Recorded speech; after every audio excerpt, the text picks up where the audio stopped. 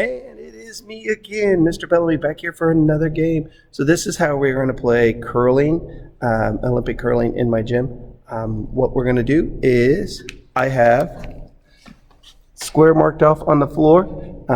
I know it's just easier to make a square than it is to make the actual shape of the curling circle. So we have squares. I have dots in there that if they land on it, they get it in the square, they get 1 point. And if they land on a dot, they get 5 points for that.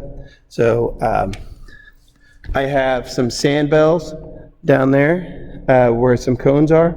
So the kids are going to get on a sandbell. They have felt skates. So they're going to have to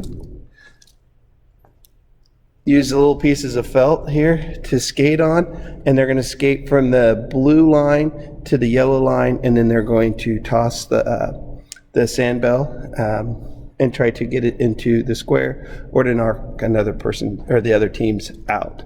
So I'll give you a quick example of what that's going to look like.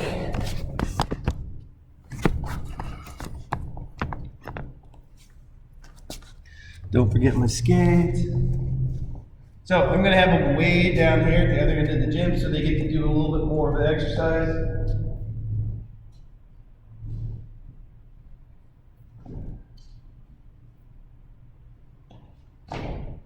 So what they're going to do is they're going to grab one sandbell. They're going to skate on the felt all the way to the yellow line and try to slide the sandbell in. They'll skate back if they are in a group. If they're just with a partner, then they're going to take turns doing coming back, and then each of them will go a different time. If they are by themselves and they're playing just one other person, then they come back, go get another one, and then skate all the way to the yellow line. Now I adjust my line for the different grades.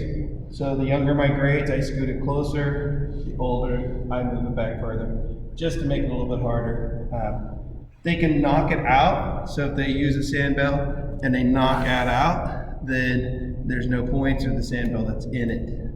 I do it kind of a little bit like cornhole, in the sense that if they both have their stone inside the square, then I just count. Then that would be, they each have one. They get 0 points as long as they're not on the spot. If somebody's on one of the spots, then they get 5 points for that. So they'd be 4, they would get 4 because the other person had one in. So they'd have 4 points. And then they just play to 20, and then we move, or they play until we move on to the next station. So that is how we play curling in my class. If you have a better example, I'd love to see it. Send me a link or add a link in there and I'll check out your video. Have a great day.